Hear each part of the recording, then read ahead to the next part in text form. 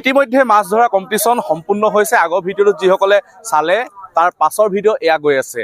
কোনে পালে 4 লাখ টকা, কোনে পালে চবতকৈ ডাঙৰ মাছটো, এই ভিডিঅ'টো এতিয়া আৰম্ভ কৰিম। বলক এতিয়া বঁটা বিতৰণি হ'ব, বঁটা বিতৰণি দেখুৱাম কোনে পালে মেইন টকাটো আৰু কোনে ধৰিলে চবতকৈ ডাঙৰ মাছটো। যি ডাঙৰ মাছটো ধৰিছে সিয়ে পাব 4 লাখ টকা আৰু লগতে বহুত পুৰস্কাৰ আছে। গোটেই পুৰস্কাৰখিনি একাধিক্ৰমে কেনেকৈ দিয়ে আহক, এটা ইণ্টাৰেষ্টিং, এতিয়া মজা লাগিব।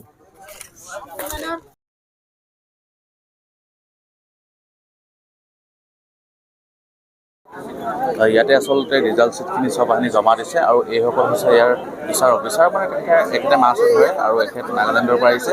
তেওঁলোকে চাইছে কোনে ইয়াত মানে চবতকৈ ডাঙৰ মাছটো যিটো ধৰিলে তাতে ইয়াতে ওলাব। ইয়াত লিখি আছে চবে এই কৈছে আৰু এইবোৰ মেচিন আছিলে তেওঁলোকৰ, এই মেচিনতে ৱেইট কৰিছিলে। ৱেইট কৰি ইয়াত আচলতে যিটো ডাঙৰ মাছ একাধিক্ৰমে ইয়াত ৰিজাল্ট ছিটত ফাৰ্ষ্ট, ছেকেণ্ড, থাৰ্ড ওলাই যাব। প্ৰথম যিটো পুৰস্কাৰ আটাইতকৈ ডাঙৰ মাছটো কোনে ধৰিলে, ডাঙৰ মাছটো ধৰি যি 4 লাখ টকা লাভ কৰিলে তেখেত হৈছে এখেত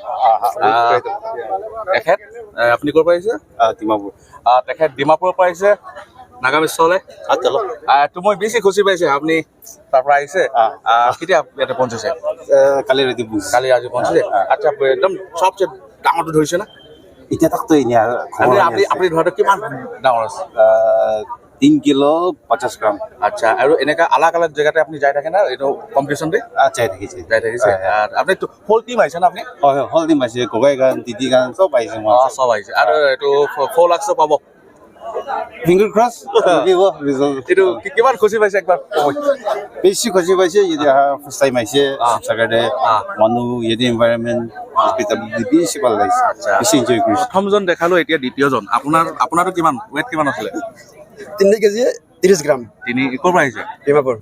সব ডিমাপুৰ লৈ গৈছে মানে মেইন জোৰটো ডিমাপুৰ দেই, মানে নাগালেণ্ডৰ পৰা আহিছে। বাকী 3 কেজি কিমান ক'লে? 30 গ্ৰাম। এতিয়া কিমান পাব আপুনি? কিমান পাব এতিয়া? কিমান 3 লাখ নেকি ন? কিমান আছিলে? 2 লাখ ন? বা 2 লাখ পাব দেই। পাৰ্টি খাব লাগিব। পাৰ্টি চলো বলো।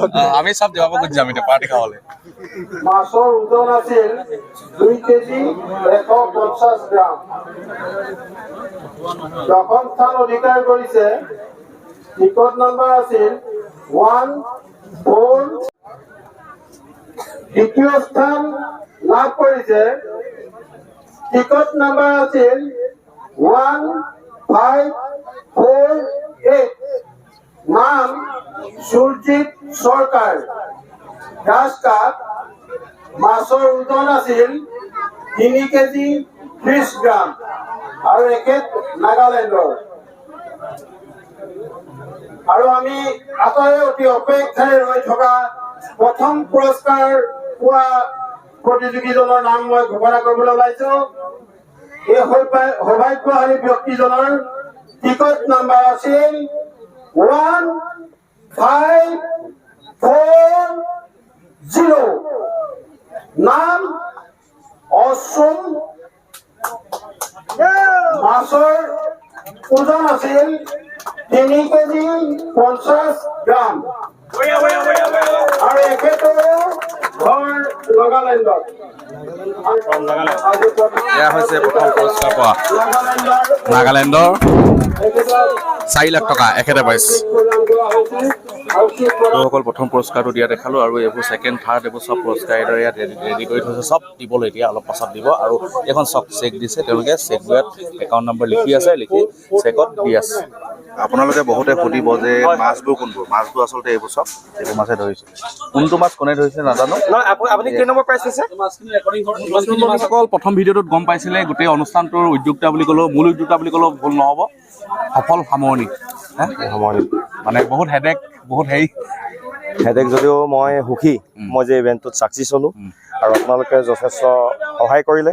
অশেষ ধন্যবাদ থাকিল আপোনালোকলৈ। আৰু অনাগত দিনতো যাতে মই এনেকুৱা ধৰণৰ অনুষ্ঠানবিলাকত আৰু আগভাগ ল'ব পাৰোঁ তাৰ কাৰণে আপোনালোকে সহায় কৰিব। এয়া মোৰ ঠিক আছে। আমি এইটো ঠিকেই মানে খুব ধুনীয়াকৈ হৈছে দেই। আমি প্ৰথমবাৰ একো বেমেজালি নাই, এই 2 এটা বেমেজালি হৈছে, সেইটো হৈ যায় আৰু। কিন্তু অভাৰঅল গোটেই প্ৰগ্ৰেমটো ভাল হৈছে আৰু অহা বছৰ আৰু ভালকৈ হওক তাকে কামনা কৰিছোঁ। অহা বছৰ আকৌ এটা অনুষ্ঠান আপোনালোকে ইয়াত চাবলৈ পাব বুলি আশা কৰিব পাৰি। চ' বন্ধুসকল, এয়াই আছিলে মাছ ধৰা প্ৰতিযোগিতা। যিসকল লোকে প্ৰথমত ভিডিঅ'টো চাই আছিলে গম পাইছে ক'ত হৈ আছে। গতিকে দেখুৱালোঁ প্ৰথমৰ পৰা শেষলৈকে কোনে পালে ডাঙৰ মাছটো, কোনে পালে 4 লাখ টকাটো আৰু কোনে মানে প্ৰাইজ ধেৰ দিছিলে, গোটেইখিনি দেখুওৱা নাই।